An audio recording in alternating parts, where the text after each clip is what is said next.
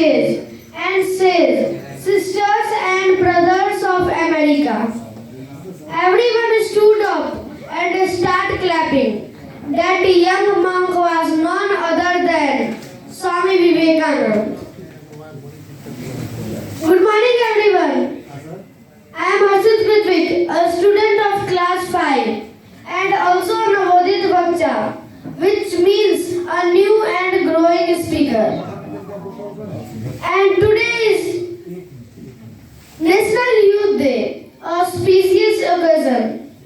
So I am very thankful to Samriddhi Foundation to giving me a beautiful opportunity to speak my words on this occasion. Swami Vivekananda showed the whole world that youth have power to change hearts and the world. मैं अंतरम का त्याग हूँ, मैं अंतरम का त्याग हूँ, मैं परिवर्तन का राग हूँ, मैं परिभाषा हूँ साहस का, मैं साहस हूँ जनमानस का। मैं युवा हूँ, मैं युवा हूँ। कृत एक से एक किया मैंने, कृत एक से एक किया मैंने, जगत को क्या कुछ न दिया मैंने। तूफानों से टकराया हूँ, पर्वत भी चढ़कर आया हूँ। मैं युवा हूँ, मैं युवा हूँ। कब डरा सकी शमशीर मुझे, कब डरा सकी शमशीर मुझे, कब बांध सकी जंजीर मुझे। अपना पद स्वयं बनाता हूँ, निर्भीक निडर बढ़ जाता हूँ। मैं युवा हूँ, मैं युवा हूँ। किसी और की नहीं है आस मुझे, किसी और की नहीं है आस मुझे, मेरी शक्ति का आभास मुझे। मैं भय तुम्हारे हृदय का हूँ, मैं भय तुम्हारे हृदय का हूँ, मैं पर्याय स्वयं प्रलय का हूँ, मैं पर्याय स्वयं प्रलय का हूँ। एक ऐसी पर्सनालिटी जो सेंचुरीज में सिर्फ एक बार जन्म लेती है, एक ऐसी शख्सियत जिसने हिंदुइज्म के बारे में पूरी दुनिया को बताया, एक ऐसी शख्सियत जिसका मानना था लोगों की सच्ची सेवा ही भगवान की सबसे बड़ी वर्शिप है, सबसे बड़ी पूजा है। कनेक्ट करना है। एक ऐसी पर्सनालिटी सुभाष चंद्र बोस, जवाहरलाल नेहरू और एपीजे अब्दुल कलाम और हम और आप जैसे न जाने कितने। प्रणाम, मैं हर्षित कृत्विक और आज हम बात करने जा रहे हैं स्वामी विवेकानंद जी की। स्वामी विवेकानंद जी का असली नाम श्री नरेंद्र नाथ दत्ता था। उनके पिता का नाम और उनका जन्म 12 जनवरी 1863 को प्रेजेंट कलकत्ता में हुआ था। उनका शुरुआत ही दौर से फिलॉसफी में काफी मन लगता था। वो काफी कम उम्र से ही पढ़ाई में उनका काफी इंटरेस्ट था और वो हर विषयों को पढ़ते थे, चाहे रिलीजन, महाभारत हो, गीता हो और रामायण हो। इसके साथ हिस्ट्री, सोशल साइंस, फिलॉसफी, ये समेत सब्जेक्ट काफी अच्छे से पढ़ते थे। स्वामी विवेकानंद जी के 3 इंटरेस्ट थे, हिंदू स्क्रिप्चर के साथ वेदांत और उपनिषद। वे पढ़ाई के साथ साथ एक्स्ट्रा एक्टिविटीज में भी भाग लिया करते थे। जैसे वो 18 साल की उम्र में एक ऑर्गेनाइजेशन से जुड़ते हैं, जो ऑर्गेनाइजेशन का नाम नव विधान था और उसको फॉर्म करने वाले केशव चंद्र सेन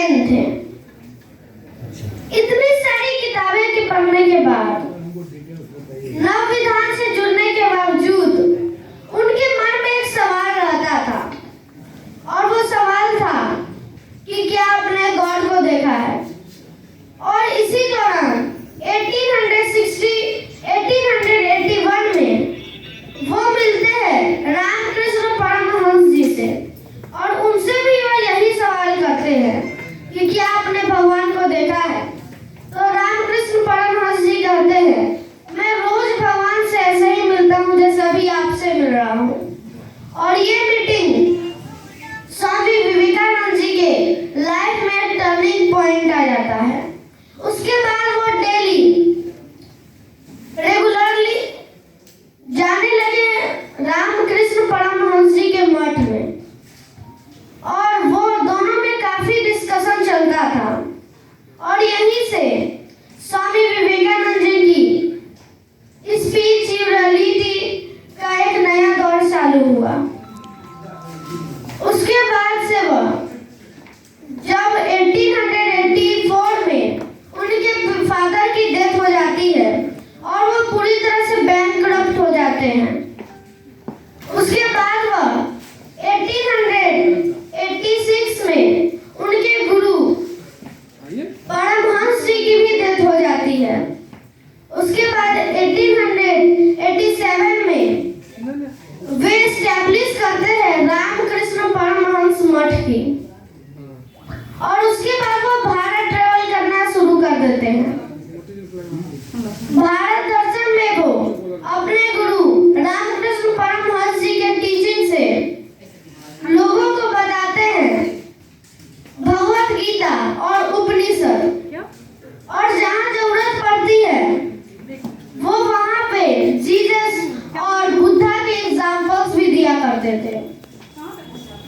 वो लोगों को स्क्रिप्चर्स के बारे में बताते थे कि अगर आपको स्क्रिप्चर बनना है तो आपको कहीं जाने की जरूरत नहीं है, आप अपना सारा काम करके ही स्क्रिप्चर बन सकते हैं। स्वामी विवेकानंद जी का मानना था कि मानव की सच्ची सेवा ही भगवान का सबसे बड़ी वर्शिप है, सबसे बड़ी पूजा है। स्वामी विवेकानंद ने मास्टर्स को दो प्रकार के नॉलेज में बांटा था। पहला स्पिरिचुअल नॉलेज, जिसमें हम अपने फेथ वैल्यूज और मोरल वैल्यूज को मजबूत करते हैं। लेकिन अगर ये नॉलेज एक ऐसी व्यक्ति को दी जाए जिसके पास खाने तक के पैसे नहीं है तो वो इस नॉलेज का कोई उपयोग नहीं कर पाएगा।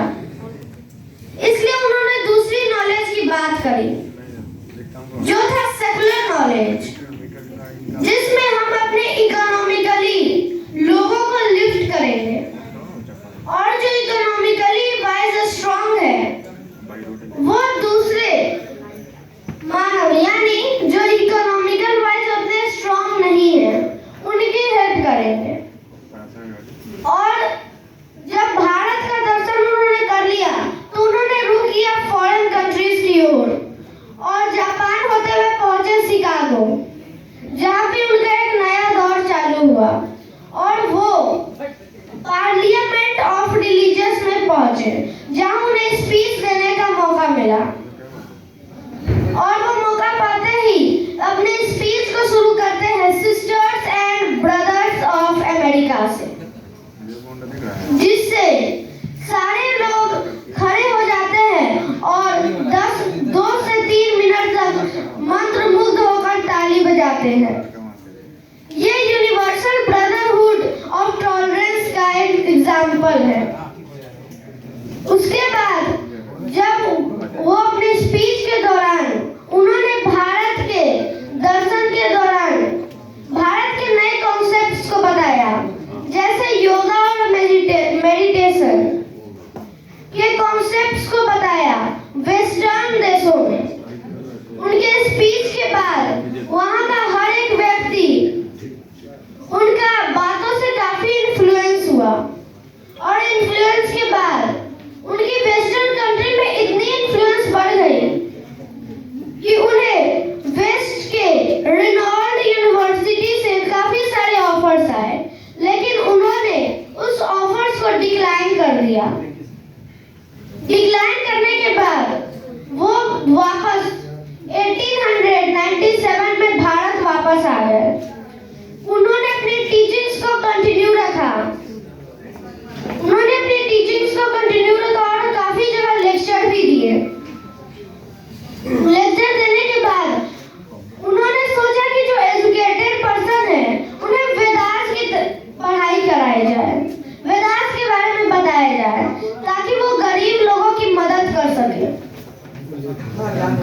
लेकिन अनफॉर्चुनेटली 4 जुलाई को स्वामी विवेकानंद जी की डेथ हो जाती है।